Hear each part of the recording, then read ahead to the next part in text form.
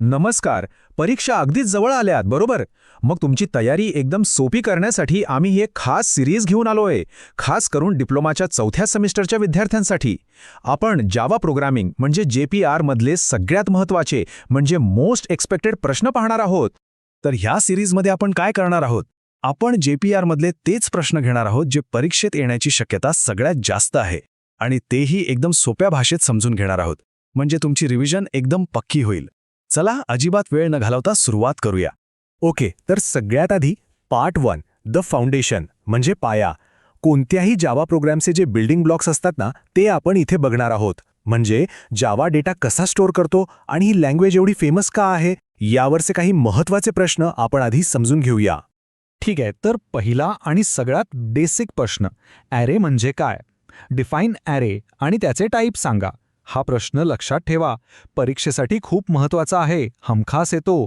बरं, तर ॲरे म्हणजे काय? एकदम सोप्या भाषेत सांगायचं झालं तर एकाच प्रकारचा डेटा म्हणजे सिमिलर डेटा टाइप्स एकाच नावाखाली एकत्र ठेवणे. बस. याचे 3 मुख्य प्रकार आहेत.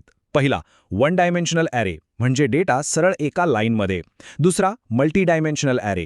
इथे डेटा रोज आणि कॉलम्स म्हणजे टेबलसारखा असतो. आणि तिसरा आहे जॅक्ड ॲरे. हा जरा इंटरेस्टिंग आहे. यात प्रत्येक रोमध्ये कॉलम्सची संख्या वेगवेगळी असू शकते. चला पुढचा प्रश्न बघूया. तर तुम्ही लिहून घ्या, परीक्षेला हमखास विचारला जातो. List any 8 features of Java म्हणजे जावा भाषेची कोणतीही 8 वैशिष्ट्ये सांगा.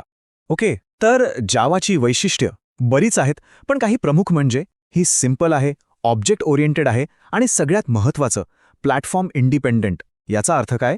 तर राईट वन्स रन एनिवेअर म्हणजे कोड एकदाच लिहायचा आणि तो कोणत्याही मशीनवर चालतो. शिवाय ही सिक्युअर आहे, रोबस्ट आहे, पोर्टेबल आहे आणि म्हणूनच तर जावा आज सगळीकडे वापरली जाते. चला तर मग आत्ता वळूया आपल्या दुसऱ्या भागाकडे, द ऑब्जेक्ट ओरिएंटेड ब्ल्यूप्रिंट. इथे आपण जावाचा जो गाभा आहे म्हणजे ऑब्जेक्ट ओरिएंटेड प्रोग्रामिंग त्याबद्दल बोलणार आहोत. जावा प्रोग्राम्सची जी रचना असते तिचा हा पाया आहे. बघूया याचे बिल्डिंग ब्लॉक्स कसे काम करतात ते. आणि OOP मधला सगळ्यात पहिला आणि महत्त्वाचा प्रश्न, डिफाईन क्लास अँड ऑब्जेक्ट्स. खरं सांगायचं तर क्लास आणि ऑब्जेक्ट कळल्याशिवाय OOP म्हणजे काय हे कळणंच शक्य नाही. हा एकदम बेसिक पाया आहे. तर क्लास म्हणजे काय? क्लास म्हणजे एक ब्लूप्रिंट, एक आराखडा, ऑब्जेक्ट बनवण्यासाठीचा एक साचा. उदाहरण घ्यायचं तर कार हा एक क्लास झाला. आणि मग ऑब्जेक्ट म्हणजे काय? तर त्या क्लासमधून बनलेली एक खरीखुरी वस्तू, जसं की रस्त्यावर चालणारी मारुती कार किंवा हुंडा सिटी. हे झाले ऑब्जेक्ट्स. प्रत्येक ऑब्जेक्टला स्वतःची स्टेट म्हणजे गुणधर्म आणि बिहेवियर म्हणजे कार्यपद्धती असते. ओके, पुढचा प्रश्न, constructor. Define constructor and list its types. जेव्हा आपण एखादा ऑब्जेक्ट तयार करतो ना, त्या प्रोसेसमध्ये कन्स्ट्रक्टरची भूमिका फार महत्त्वाची असते. सोपं आहे. कन्स्ट्रक्टर ही एक स्पेशल मेथड आहे. तिचं काम काय?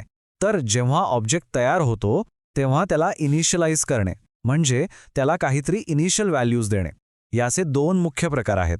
एक म्हणजे डिफॉल्ट कन्स्ट्रक्टर ज्यात कोणतेही पॅरामीटर्स नसतात आणि दुसरा म्हणजे पॅरामीटराइज कन्स्ट्रक्टर. नावाप्रमाणेच यात आपण पॅरामीटर्स पास करून व्हॅल्यूज देऊ शकतो. आणि इथे एक गोष्ट लक्षात ठेवा, ही एक एक्झाम टेप आहे. कन्स्ट्रक्टरबद्दल 2 नियम पक्के लक्षात ठेवायचे. पहिला, कन्स्ट्रक्टरचं नाव नेहमी क्लासच्या नावासारखंच असतं. आणि दुसरा, त्याला कोणताही रिटर्न टाईप नसतो, अगदी व्हॉइड सुद्धा नाही. हा पॉइंट खूप महत्त्वाचा आहे. चला OP मधल्या पुढच्या महत्त्वाच्या कॉन्सेप्टकडे जाऊया, इनहेरिटन्स. प्रश्न आहे, list the types of inheritances in Java. जावामध्ये इनहेरिटन्सचे कोणते प्रकार आहेत? तर बघा, जावामध्ये सिंगल, मल्टीलेवल आणि हायरार्किकल इनहेरिटन्सला सपोर्ट आहे. पण इथे एक मोठा पण आहे. जावा क्लासेस वापरून मल्टिपल इनहेरिटन्सला थेट सपोर्ट करत नाही. हा एक खूप महत्त्वाचा ट्रिकी पॉइंट आहे. मग ते कसं करतात? तर त्यासाठी इंटरफेसेस वापरले जातात. हा प्रश्न परीक्षेसाठी IMP आहे, लक्षात ठेवा. ठीक आहे, पुढचा प्रश्न आहे फायनलाइज मेथडबद्दल. बघा, कन्स्ट्रक्टर ऑब्जेक्ट तयार करतो, तर फायनलाइज मेथडचा संबंध ऑब्जेक्ट नष्ट होण्याशी आहे, म्हणजे अगदी उलट. चला बघूया त्याचा नेमका उपयोग काय आहे आणि सिंटॅक्स कसा असतो. तर फायनलाइज मेथड ही आपण कॉल नाही करत.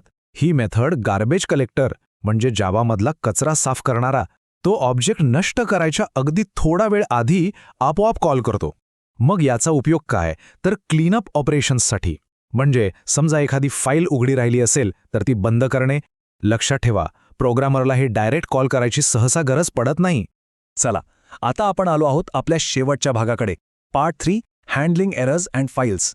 म्हणजे आता आपण थोडं प्रॅक्टिकल बघणार आहोत. प्रोग्राममध्ये जेव्हा चुका होतात, अनपेक्षित गोष्टी घडतात, तेव्हा त्यांना कसं हाताळायचं आणि फाईल्ससोबत कसं काम करायचं हे इथे पाहूया. तर पुढचा प्रश्न आहे एररबद्दल. Define error and list its types. बघा, आपण कितीही चांगला कोड लिहिला तरी चुका होणारच, एरर येणारच, म्हणून त्याबद्दल माहिती असणं खूप गरजेचं आहे. एररचे मुख्यत्वे 2 प्रकार पडतात. पहिले आहेत कंपाईल टाईम एरर्स. हे म्हणजे प्रोग्राम रन करायच्या आधीच कंपायलरच आपल्याला सांगतो की अरे इथे काहीतरी चुकलंय, जसं की सेमिकोलन विसरणे वगैरे. आणि दुसरे आहेत रन टाईम एरर्स. हे जास्त धोकादायक असतात, कारण हे प्रोग्राम चालू असताना अचानक येतात, जसं की डिव्हिजन बाय 0, म्हणजे एखाद्या संख्येला शून्याने भागणे. मग आता प्रश्न येतो की ह्या रनटाईम एरर्सना कसं हाताळायचं. तर त्यासाठी जावामध्ये एक खूप पॉवरफुल मेकॅनिझम आहे, आणि तोच आपला पुढचा प्रश्न आहे, write the syntax of try catch finally blocks. याचा फ्लो समजून घेऊया. खूप सोप्पा आहे. ट्राय ब्लॉकमध्ये आपण तो कोड टाकतो ज्याबद्दल आपल्याला वाटतं की इथे गडबड होऊ शकते. जर खरंच काही एरर आला तर प्रोग्राम बंद न पडता कंट्रोल जातो कॅच ब्लॉककडे. तो त्या एररला सांभाळून घेतो आणि मग येतो फायनली ब्लॉक. याचं वैशिष्ट्य म्हणजे एरर येवो किंवा न येवो हा ब्लॉक रन होणारच. म्हणूनच क्लीनअप कोड जसं की फाईल बंद करणे हे नेहमी फायनलीमध्ये लिहितात. आणि आता आपण आपल्या शेवटच्या प्रश्नाकडे आलो आहोत.